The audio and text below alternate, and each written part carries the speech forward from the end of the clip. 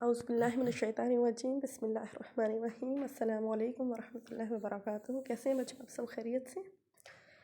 اچھا بیٹے، آج کا ہمارا فرسٹ لیکچر ہے سورہ بقرہ کا تعارف، اور ہم رکوع نمبر 21 کا ترجمہ اور تفسیر کریں گے انشاءاللہ۔ سورہ بقرہ کے اس تھرڈ ایئر کے سلیبس میں آپ کے 21 سے لے کر 40 تک رکوع ہیں جو آپ کے سلیبس کا حصہ ہیں۔ انشاءاللہ ان کو ہم ڈیٹیل میں پڑھیں گے ترجمہ اور تفسیر کے ساتھ۔ تو آج کا ہمارا ہے سٹارٹ، ہم لیتے ہیں تھوڑا سا سورہ بقرہ کا تعارف کرتے ہیں، پھر اس کے بعد ہم اپنا ترجمہ اور تفسیر شروع کرتے ہیں۔ سورہ بقرہ کا تعارف یہ کہ وجہ تسمیہ اس کا سورت کا نام بقرہ ہے، بقرہ کے معنی گائے ہیں۔ اس سورت کے 8ویں رکوع میں گائے ذبح کرنے کا واقعہ بیان ہوا ہے۔ آپ نے پڑھا ہوگا کہ حضرت موسیٰ علیہ السلام کی قوم سے ایک شخص قتل ہو گیا تھا، اور ان کی قوم جو تھی وہ گائے کی پوجا کرتی تھی، تو ایسی صورت میں یہ ہوا تھا کہ قاتل کا پتہ لگانے کے لیے اللہ تعالیٰ نے گائے ذبح کرنے کا حکم دیا تھا۔ اسی مناسبت سے اس کا نام البقرہ تجویز ہوا ہے۔ یہ قرآن حکیم کی سب سے لمبی صورت ہے، اس میں 40 رکوع ہیں اور 286 آیات ہیں۔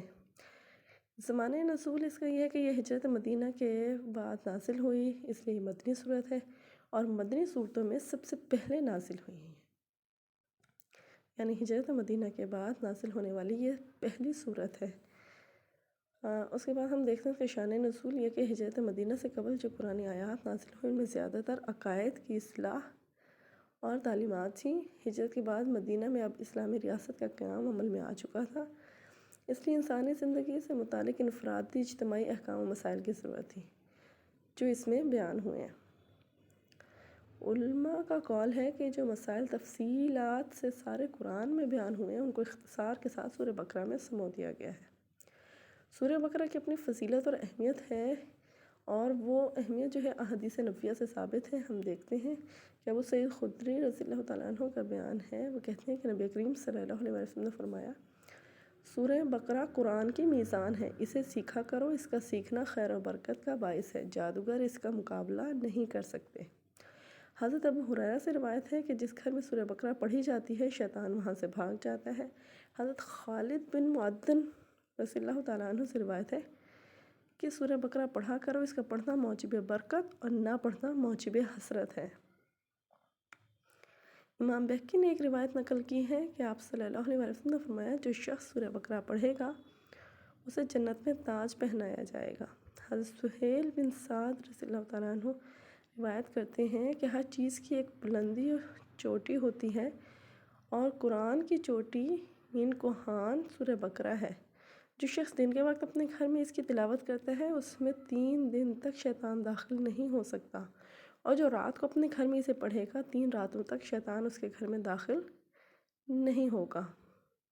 ایک اور روایت میں ہے، آپ صلی اللہ علیہ وسلم نے فرمایا، 2 تر و تازہ صورتیں تلاوت کیا کرو، یعنی سورہ بقرہ اور آل عمران، یہ دونوں قیامت کے دن اپنے پڑھنے والوں کو بخشوا کر رہیں گی۔ اس صورت میں ایک آیت مبارکہ ہے جس کو آیت الکرسی کے نام سے یاد کیا جاتا ہے۔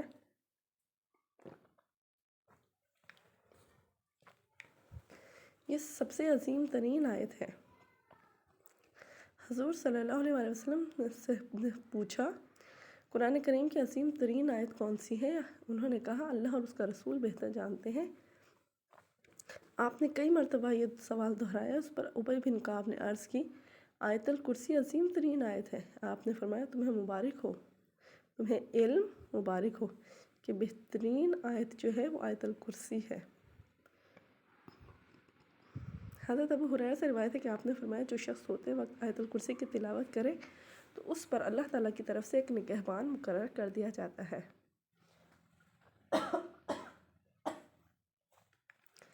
جو شخص ہر فرض نماز کے بعد آیت الکرسی پڑھتا ہو اس کے جنت میں داخل ہونے سے موت کے سوا کوئی دوسری چیز حائل نہیں ہو سکتی۔ ہم جانتے ہیں کہ نبی کریم صلی اللہ علیہ وسلم معراج کے موقع پر آسمان پر تشریف لے گئے تھے۔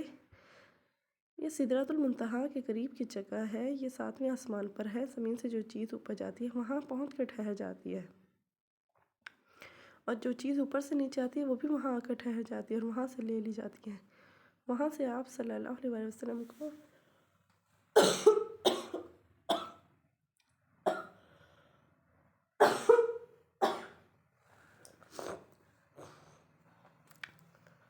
وہاں سے آپ صلی اللہ علیہ وسلم کو 3 چیزیں عطا ہوئیں. نمبر 1 5 نمازیں. نمبر 2 سورہ بقرہ کی آخری 2 آیات. نمبر 3 امت محمدیہ میں وہ شخص جس نے شرک نہ کیا ہوگا بخش دیا جائے گا. اس کے علاوہ آپ صلی اللہ علیہ وسلم نے فرمایا عرش کے نیچے خزانہ ہے، وہاں سے مجھے سورہ بقرہ کی آخری 2 آیات دی گئیں اور یہ کسی دوسرے نبی کے حصے میں نہیں آئیں. جو شخص رات کو سورہ بقرہ کی آخری 2 آیات کی تلاوت کرے تو وہ اس کے لیے کافی ہو جائے گی. یہ سورہ بقرہ کی فضیلت اور اہمیت تھی. اب ہم پڑھتے ہیں. پہلے 20 رکوع جو ہیں ہم نے سیکنڈ ایئر کے سلیبس میں پڑھے ہیں. اب تھرڈ ایئر میں رکوع نمبر 21 سے رکوع نمبر 40 تک ہم پڑھیں گے. بسم اللہ الرحمن الرحیم. یا ایھا الناس کلوا مما فی الارض حلالا طیبا. اے لوگو کھاؤ اس میں سے جو زمین میں حلال اور پاکیزہ ہے. ولا تتبعوا خطوات الشیطان. اور شیطان کے قدموں کی پیروی نہ کرو. انہ لکم عدو مبین. کہ بے شک وہ تو تمہارا کھلا دشمن ہے. اے لوگو کہ تمام لوگ جو بھی ہیں روئے زمین پر بسنے والے، ان کے لیے اللہ رب العالمین نے حلال چیزیں، زمین کی حلال چیزیں جو پاک اور طیب دیکھنے میں صاف ستھری نظر آئیں اور خوبصورت اور حلال بھی ہوں، جن کو اللہ رب العالمین نے حلال کیا ہے، ان کو کھاؤ پیو. یعنی چاہے وہ سادہ بھی کیوں نہ ہو، ان کو پاکیزہ اور حلال 2 شرط لگائیں. ایک حلال ہونا، دوسرا پاک صاف ہونا. زمین کو ان چیزوں میں سے کھاؤ جو حلال اور پاکیزہ ہیں اور شیطان کے نقش قدم کی پیروی نہ کرو. شیطان تو آپ کو غلط اور حرام چیزوں کی طرف مائل کرے گا. آپ دیکھ رہے ہیں، آپ بہت ساری چیزیں ایسی ہیں جو اللہ رب العالمین نے حرام قرار دی ہیں. میں شراب ہے، سور کا گوشت ہے، مردار ہے اور بہت ساری ایسی اور حرام چیزیں. آپ دیکھ لیں کہ غیر مسلم لوگ ان کو بڑے شوق سے کھاتے ہیں، لیکن اسلام نے ان کو حرام قرار دیا ہے. یہ شیطان کے نقش قدم کی پیروی ہے. وہ سابقہ شریعتوں میں بھی یہ چیزیں حرام تھیں اور اسلام میں بھی حرام ہے، لیکن شیطان نے ان کو کھانا ان کے لیے حلال اور جائز بنا دیا اور وہ بڑے رغبت اور شوق سے کھاتے ہیں ان کو. لہٰذا تم شیطان کے قدموں کی پیروی نہ کرو. یقین مانو وہ تمہارا کھلا دشمن ہے. اس نے آدم علیہ السلام ہمارے جد امجد ان کو سجدہ کرنے سے انکار کر دیا تھا. اس نے اس بات کو تسلیم کیا تھا. اس نے کہا تھا کہ میں اس سے بہتر ہوں. وہ اپنے حسد کی وجہ سے اللہ نے جب اس کو گمراہ قرار دیا، اس کو ابلیس کہا کہ وہ مایوس ہو گیا اللہ کی رحمت سے، تو اس نے انتقاماً اس بات کا بدلہ لینے کے لیے اللہ کو چیلنج کیا تھا کہ جس کو تو نے مجھ پر فضیلت دی ہے، میں اس کی بھی ایک نسل کو گمراہ کر کے رہوں گا. میں ان کی طرف دائیں سے، بائیں سے اور آگے سے اور پیچھے سے آؤں گا. تو ایسے میں اللہ رب العالمین نے فرمایا تھا کہ جو بھی تیرے نقش قدم کی پیروی کرے گا، میں تجھ سمیت اس کو جہنم میں ڈال دوں گا. جہنم کو میں ان سب سے بھر دوں گا جو تیرے راستے کے پر چلیں گے. وہ تو ہمارا دشمن ہے، وہ ہمیں گمراہ کر کے رہے گا. وہ تو چاہتا یہی ہے کہ جیسے اللہ کی رحمت سے وہ مایوس ہو گیا، آپ بھی ہو جائیں. جیسے اللہ نے اس کے اوپر عذاب کیا، اس سے ناراضگی کی، آپ سے بھی ہو جائے. اللہ تعالیٰ واضح کرتا ہے کہ تم شیطان کے نقش قدم کی پیروی مت کرو. شیطان تو تمہارا کھلا دشمن ہے، پوشیدہ نہیں، چھپا ہوا نہیں. ایسا نہیں ہے جو خفیہ وار کرتا ہے. اس نے تو علی الاعلان آپ سے دشمنی کی ہے. لہٰذا اس کی پیروی نہ کرو. وہ کبھی بھی آپ کو کسی اچھی چیز کا حکم نہیں دے گا. انما بے شک یامرکم، وہ تو تمہیں دے گا، حکم دیتا ہے، بالسوء برائی کا، والفحشاء بے حیائی کا. آج آپ دیکھ لیں کہ جتنے بھی لوگ شیطان کے نقش قدم کی پیروی کرتے ہیں، ان کے ہاں برائیاں بھی کمال درجے کو پہنچی ہوئی ہیں. اور فحاشی اور عریانی کی حد تو یہ ہے کہ ان کو جسم پر چند ٹکڑے لباس بھی بوجھ لگتا ہے. مکمل لباس تو پہننا دور کی بات، کچھ ٹکڑے ٹکڑے ایسے لگتے ہیں جیسے انہوں نے اپنے جسم پر چپکا لیے ہیں، اور وہ بھی ان کو بوجھ لگتے ہیں. کہا وہ تو آپ کو برائی اور بے حیائی کا حکم دے گا. وہ چاہے گا کہ آپ کے رہن سہن میں، آپ کے کھانے پینے میں، آپ کے لب و لباس میں فحاشی اور برائی کا عنصر نمایاں نظر آئے. وَأَن تَقُولُوا، اور یہ کہ تم وہ بات کہو، عَلَى اللَّهِ مَا لَا تَعْلَمُونَ، اللہ کے بارے میں جو تم نہیں جانتے. کہ تم اللہ کے بارے میں وہ بات کہو جو تم نہیں جانتے، جیسے یہود و نصارہ نے کیا. ان کے ایگزامپلس ہم نے پچھلے 20 رکوع میں پڑھی ہیں کہ یہود کیا کرتے تھے. وہ اللہ کا نام لے کر اپنی مرضی سے باتیں کہتے تھے اور پھر کہتے تھے من جانب اللہ، یہ اللہ کی جانب سے ہیں. یہ اللہ نے نازل کی ہیں، لہٰذا تم ان کے سے طرز عمل کو اختیار نہ کرو۔ شیطان تو تم سے ایسی باتیں کروا کے رہے گا، لیکن تم اپنے آپ کو شیطان کے سپرد نہ کرو۔ وہ تو تم سے چاہتا ہی ہے کہ تم بھی برائی اور بے حیائی میں مبتلا ہو جاؤ اور اس کے نقش قدم پر چلو، اس کے ساتھیوں میں شامل ہو جاؤ، اور وہ جہنم میں اپنے ساتھ ساتھ تمہیں بھی لے ڈوبے۔ لہٰذا وَإِذْ قِيلَ لَهُمُ اتَّبِعُوا، اور جب کہا جاتا ہے ان سے کہ تم پیروی کرو ما انزل اللہ، جو نازل کیا اللہ نے، قالوا، وہ کہتے ہیں، بل نتبع، ہم بلکہ اس کی پیروی کریں گے، ما الفینا علیہ آباءنا، جس پر ہم نے اپنے آباء و اجداد کو پایا ہے۔ یہ گمراہی کی سب سے بڑی دلیل ہے کہ اگر تمہارے ماں باپ جاہل تھے، مطلق تھے، شرک اور بت پرستی میں ڈوبے ہوئے تھے، تو کیا تمہارے اوپر جاہل اور لا علم رہنا فرض ہو گیا؟ نہیں۔ اگر آباء و اجداد سیدھے راستے پر تھے تو ان کی تقلید کریں، صراط مستقیم پر تھے ان کی تقلید کریں، احسن الاعمال کرتے تھے تو ان کی تقلید کریں، لیکن گمراہی اور برائی کے کاموں میں ان کی تقلید بالکل نہیں کرنی۔ اگر کسی کے والدین جاہل ہوں تو اس کے اوپر جاہل رہنا فرض ہو جاتا ہے کیا؟ ہم بھی دیکھتے ہیں، ہم میں سے بہت سارے لوگوں کے والدین لا علم تھے، جاہل تھے، ایجوکیشن حاصل نہیں کی تھی، لیکن ہم نے ان کو چھوڑا اور علم حاصل کیا، سیکھا۔ کیا ان کے طرز عمل پر رہنا ہمارے لیے لازم ہو گیا تھا کہ ہمارے والدین اگر نہیں پڑھے تو ہم بھی نہیں پڑھیں گے؟ ہمارے والدین کافر تھے تو ہم بھی کافر ہی رہیں گے؟ ہمارے والدین گمراہ تھے تو ہم بھی انہی کی طرح رہیں گے؟ ہمارے آباء و اجداد نے دین سے نابلد تھے، ناواقف تھے، انہوں نے دین کی سمجھ بوجھ حاصل نہیں کی تو ہم بھی نہیں کریں گے؟ آباء و اجداد کی اندھی تقلید سے منع کیا گیا ہے، اور جب کہا جاتا ہے کہ اس کی پیروی کرو جو اللہ نے نازل کی ہے، اللہ نے جو ہدایات بھیجی ہیں، جو رہنمائی بھیجی ہے، اگر تمہارے آباء و اجداد نے نہیں کی اس کی رہنمائی تو تم تو کرو۔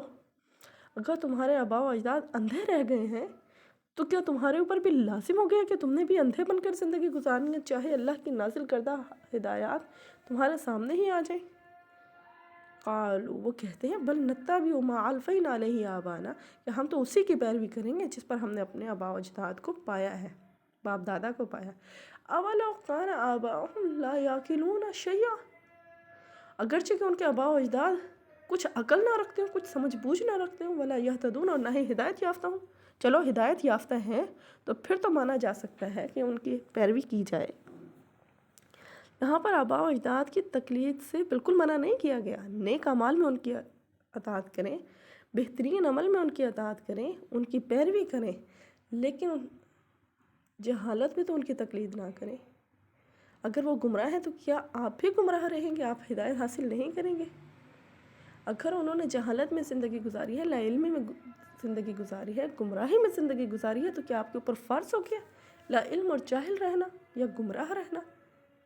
اگر تمہارے باپ دادا کچھ سمجھ نہیں رکھتے اور نہ ہی وہ ہدایت یافتہ تھے تو کیا تمہارے اوپر بھی گمراہ رہنا فرض کر دیا گیا؟ نہیں بیٹے۔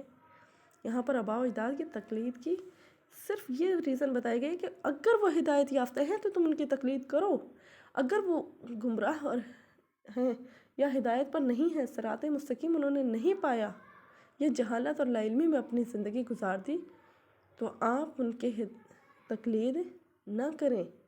وَمَثَلُ الَّذِينَ كَفَرُوا، اور وہ لوگ جنہوں نے کفر کیا، كَمَثَلِ الَّذِي، ان کی مثال اس کی سی ہے، يَنِقُ بِمَا لَا يَسْمَعُ إِلَّا دُعَاءً وَنِدَاءً، کہ اس کی مثال جس نے کفر کیا اس شخص کی سی ہے کہ جس کو پکارا جاتا ہے تو وہ پکار کے سوا کچھ نہیں سنتا، وہ چیخنے چلانے کی آوازوں کے سوا کچھ نہیں سنتا۔ صُمٌّ بُکْمٌ عُمْیٌ فَہُمْ لَا یَرْجِعُونَ، یہ گنگے، بہرے ہیں، گنگے ہیں، اندھے ہیں، پس یہ عقل اور شعور سے کام نہیں لیتے، یہ نہیں سمجھیں گے۔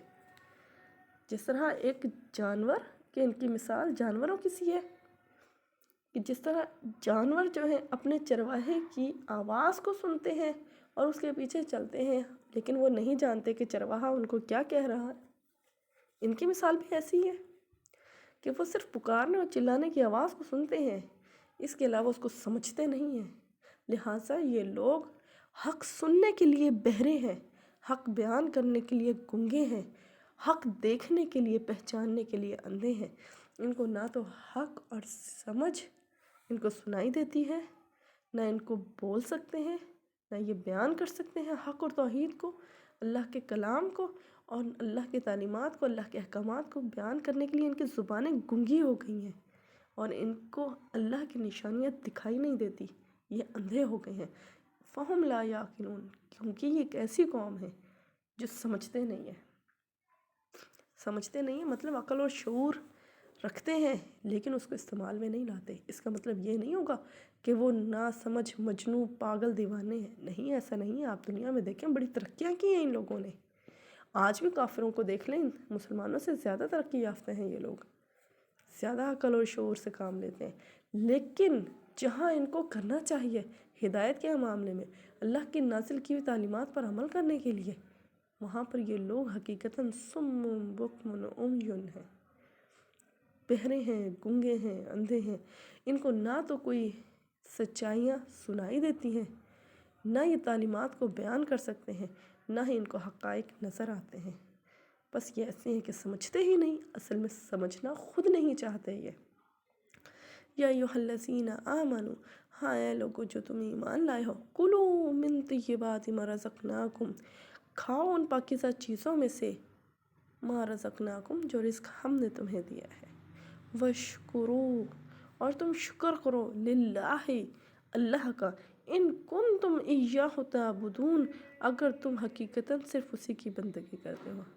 اے ایمان والو، اگر تم نے ایمان قبول کر لیا ہے اور تم نے اپنے دل سے تمام کفر و شرک کے بتوں کو گرا دیا ہے اور توحید کو تم نے اپنی زندگی میں شامل کر لیا ہے، اللہ رب العالمین کو اپنا محور اور مرکز بنا لیا ہے، تو لہٰذا اس پر ایمان لانے کے بعد جو پاکیزہ چیزیں اس نے تمہیں دی ہیں ان کو کھاؤ، حرام اور ناپاک چیزوں کو چھوڑ دو، چاہے وہ کتنی ہی لذت کیوں نہ رکھتی ہوں، ان کو چھوڑ دو اور وہ رزق کھاؤ جو اللہ نے پاکیزہ اور حلال تم کو دیا ہے، اور اس نعمت پر تم اللہ کا شکر ادا کرو کہ اس نے تمہیں ایمان کی ہدایت دی، تمہیں پاکیزہ چیزیں دی، تمہیں رزق دیا اور تمہیں سمجھ بوجھ دی، تو لہٰذا ان نعمتوں پر شکر اللہ کا بنتا ہے، لہٰذا تم اللہ کا شکر ادا کرتے رہو اور صرف اسی کی بندگی کرو۔ انما، بے شک کہ، حرام کر دیا گیا ہے، علیکم تم پر، میتتا، مردار، والدم، خون، واللحم الخنزیر، اور سور کا گوشت، وما اہل بہ لغیر اللہ، اور ہر وہ چیز جس پر اللہ کے علاوہ کسی اور کا نام پکارا جائے۔ اس آیت میں ہم دیکھتے ہیں کہ 4 چیزیں جو ہیں وہ ان مومنین کے اوپر حرام کی گئی ہے۔ ایک ہے مردار، مردار وہ چیز جو خود بخود مر جائے، اپنی طبعی موت، اس کو اللہ نے حرام کیا ہے۔ ماں سوا 2 چیزوں کے احادیث میں ہمیں ملتا ہے کہ ایک مچھلی جو مرنے کے بعد بھی حلال اور پاکیزہ ہے، کیونکہ وہ جیسے ہی پانی سے نکلے گی وہ باہر آئے گی تو مر جائے گی۔ دوسرا ٹڈی، یہ 2 چیزیں مردہ حالت میں بھی حلال ہیں، باقی ہر وہ چیز جو روئے زمین پر بستی ہے اور مر جائے، حلال جانوروں میں سے بھی، وہ حلال جانور بھی، بکرا اگر خود طبعی موت مر گیا، نیچے گر کر مر گیا، گلا گھٹ کر مر گیا، کسی بھی حوالے سے ٹکر کھا کر مر گیا، چوٹ لگ کر مر گیا، جو خود اپنی طبعی موت مر گیا اور جس کو تم زندہ پا کر ذبح کر لو، وہ حلال ہو جائے گا۔ بصورت دیگر جو مردار ہے وہ اللہ نے اس مسلمانوں کے لیے حرام کر دیا۔ والدم، اور خون بہتا لہو، جیسے ہم جانور ذبح کرتے ہیں اور خون بہتا ہے، وہ خون حرام ہے، خون کھانا بھی حرام ہے، خون کی خرید و فروخت بھی حرام ہے، خون کی تجارت بھی حرام ہے۔ ماں سوا اس کے جو خون، جیسے ہم جانور ذبح کرتے ہیں اور اس کے بعد تھوڑا بہت خون اس میں سے رستا ہی رہتا ہے، آپ 10 بار بھی اس کو واش کر لیں گے نا، اس میں سے پھر بھی خون نکل آئے گا، صرف وہ خون جو ہے حلال ہے۔ باقی جو بہتا ہوا لہو ہے، جس طرح سے جانور کو ذبح کرتے ہوئے خون نکل رہا ہوتا ہے اور مسلسل نکلتا رہتا ہے، وہ خون حرام ہے۔ واللحم الخنزیر، اور سور کا گوشت، اس میں تو کوئی شک ہی نہیں ہے۔ اور وما اہل بہ لغیر اللہ، اور ہر وہ چیز جس پر اللہ کے سوا کسی اور کا نام پکارا جائے وہ بھی حرام ہے۔ جس چیز پر اللہ کے سوا کسی کا بھی نام لے دیا گیا، وہ اولیاء اللہ ہوں، وہ انبیاء کرام ہوں، وہ صالحین دین ہوں، وہ بزرگان دین ہوں، جس پر اللہ کے علاوہ کسی اور کا نام لیا گیا، اللہ کے علاوہ کسی اور کی منت مانی گئی، نظر و نیاز کی گئی، اللہ کے علاوہ جس کسی کا بھی نام لیا گیا وہ چیز حرام ہو جائے گی۔ اس آیت میں ہم دیکھ رہے ہیں کہ اللہ نے 4 چیزیں حرام کی ہیں کہ اور تمہارے اوپر حرام کر دیا گیا مردار، خون، سور کا گوشت اور ہر وہ چیز جس پر اللہ کے علاوہ کسی اور کا نام پکارا گیا۔ فَمَنِ اضْطُرَّ، سوائے اس صورت کے کہ وہ کوئی مجبور ہو جائے، انتہائی لاچار ہو جائے، بے بسی کے عالم میں، غیر باغ، لیکن ارادتاً اللہ کی بغاوت کرنے والا نہ ہو، ولا عادن، اور نہ ہی حد سے بڑھنے والا ہو، فلا اسم علیہ، ایسا شخص اگر اس کو استعمال کر لے گا تو اس پر کوئی گناہ نہیں ہوگا۔ ان اللہ غفور رحیم، بے شک اللہ تعالیٰ رحم کرنے والا اور معاف کرنے والا اور رحم کرنے والا ہے۔ اس میں ہم دیکھتے ہیں کہ مجبور انسان کی مجبوری کی صورت میں کہا گیا، اجازت دی گئی ہے کہ اگر کوئی مجبور انسان ہو اور اس کو کوئی چیز نہ ملے کھانے کے لیے حلال اور پاکیزہ، تو ایسی صورت میں اگر وہ حرام چیز کھا لے تو اس پر کوئی گناہ نہیں، لیکن شرط یہ لگائی ہے کہ وہ لذت کے لیے نہ کھاتا ہو بلکہ انتہائی مجبوری میں، جبکہ زندگی پر بنائی ہو، لذت کے حصول کے لیے نہ کھاتا ہو، عیش و عشرت کے لیے نہ کھاتا ہو، اور وہ بھی انتہائی مجبوری میں جبکہ زندگی اور موت کا مسئلہ درپیش ہو، تو ایسی صورت میں زندگی بچانے کے لیے حرام کے چند گھونٹ اور چند قطرے اور چند نوالے کھانا جائز ہے، وہ بھی صرف اتنے جس میں کہ انسانی زندگی کو بچایا جا سکے، اور اس کے ساتھ بھی شرط لگا دی کہ وہ ارادتاً اللہ کی نافرمانی یا بغاوت کرنے کا ارادہ نہ رکھتا ہو اور نہ ہی حد سے بڑھ جانے والا ہو کہ لذت کے حصول کے لیے کھانا شروع کر دے۔ ایسے شخص اگر کچھ نوالے یا کچھ گھونٹ لے لے تو اس پر کوئی گناہ نہیں، اور پھر اپنی اس غلطی پر اللہ سے معافی مانگے تو اللہ تعالیٰ بخش دے گا اس کو اور اس پر رحم کرے گا۔ ان الذین یکتمون، اور بے شک کہ وہ لوگ جو چھپاتے ہیں، ما انزل اللہ من الکتاب، جو کچھ اللہ نے کتاب میں نازل کیا ہے، ویشترون، اور اس کو بیچ دیتے ہیں، بہ ثمنا قلیلا، تھوڑی قیمت کے بدلے میں، جس طرح یہود و نصارہ اللہ کی تعلیمات کو بدل دیتے تھے اور جو لوگ جیسا حکم چاہتے تھے ویسا ان کی مرضی کے مطابق ان کو دیتے تھے، اور اس کے بدلے میں اللہ کی کتاب کو بدل دینے کا جرم بھی کرتے تھے اور بدلے میں قیمت وصول کرتے تھے۔ کہا بہت تھوڑی قیمت انہوں نے وصول کی، یہ ثمنا قلیلا، تھوڑی سی قیمت پر بیچ دیتے، دنیا کا ڈھیروں ڈھیر خزانے کے بدلے بھی اگر وہ بیچتے ہوں۔ بہرحال دنیا کا ڈھیروں ڈھیر خزانہ آخرت کے مقابلے میں تو کچھ بھی قیمت نہیں رکھتا۔ اولئک ما یاکلون فی بطونہم، تو یہی وہ لوگ ہیں ما یاکلون، جو نہیں کھاتے، فی بطونہم، اپنے پیٹوں کو بھرتے ہیں، الی النار، سوائے آگ سے۔ یہ وہ لوگ ہیں جو اپنے پیٹوں کو آگ سے بھر رہے ہیں کہ اللہ کی تعلیمات کو بدل دیا، اس کا جرم، اللہ کے حق کو چھپا لیا، اس کا جرم، اور پھر ساتھ میں اس کو بدل دینے کے بعد اس کو جو بیچا، اس کی قیمت جو وصول کی، یہ سب سے بڑا جرم۔ ولا یکلمہم اللہ، اللہ تعالیٰ ان سے نہ تو بات کرے گا یوم القیامہ، قیامت کے دن، ولا یزکیہم، اور نہ ان کو پاک کرے گا، ولہم عذاب علیم، اور ان کے لیے دردناک عذاب ہوگا۔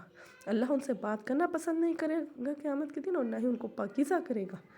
پاکیزہ تو وہ صرف ان کو کرے گا جنہوں نے دنیا میں پاکیزہ زندگی گزاری ہوگی، پاک اور حلال چیزیں کھائی ہوں گی، استعمال کیا ہوگا اور کام کیا ہوگا، وَلَهُمْ عَذَابٌ عَلِيمٌ، اور ایسے لوگوں کے لیے دردناک عذاب ہے۔ اولئک الذین اشتروا الضلالۃ بالہدی، یہی وہ لوگ ہیں جنہوں نے خرید لی، اللہ کے احکامات کو بیچ کر دنیا نہیں خریدی بلکہ کیا خریدی؟ ضلالت، گمراہی، بالہدی، ہدایت کے بدلے میں، والعذاب، اور عذاب خرید لیا، بالمغفرہ، مغفرت کے بدلے میں، فما اصبرهم علی النار، کیسے صابر ہیں یہ آگ کے اوپر، کیسا فیصلہ کر لیا انہوں نے کہ دنیا اپنی بیچ دی، دنیا خرید لی، اپنی آخرت بیچ دی، ہدایت بیچ دی، گمراہی خرید لی، مغفرت بیچ دی، رحمت بیچ دی، عذاب خرید لیا، جنت بیچ دی، آگ خرید لی، اور پھر اس کے اوپر مطمئن ہے، صابر ہے۔ اللہ رحم کرنا، یا اللہ ہمیں بچانا ایسے لوگوں سے۔ ذالک بأن اللہ، یہ اس لیے ہے، نزل الکتاب بالحق، اس لیے کہ اللہ نے کتاب تو حق کے ساتھ نازل کی تھی، وَإِنَّ الَّذِينَ اخْتَلَفُوا، اور بے شک جن لوگوں نے اختلاف کیا، فی الکتاب، اس کتاب میں، لفی شقاق بعید، صرف ضد کی وجہ سے، وہ حقیقتاً بہت دور جا پڑے، وہ بہت دور گمراہی میں جا پڑے۔ اس لیے کہ اللہ نے تو کتاب حق کے ساتھ نازل کی تھی، اور اسی لیے نازل کی تھی تاکہ اس پر عمل کیا جائے، لیکن لوگوں نے اس کتاب میں اختلاف کیا اپنی ضد اور ہٹ دھرمی کی بنیاد پر، لہٰذا یہ لوگ گمراہ رہ گئے۔ ٹھیک ہے، یہ ہمارا رکوع نمبر 21 مکمل ہوا۔ ترجمہ اور تفسیر کچھ نہ سمجھ آیا تو ہم نے یہ آگے اس کی جو ہے تشریح میں نے شیئر بھی کی ہوئی، آپ دیکھ لیں، اس کو پڑھیں اور سمجھیں، اور کچھ نہ سمجھ آئے تو بیٹے پوچھ لیں۔ السلام علیکم ورحمۃ اللہ وبرکاتہ۔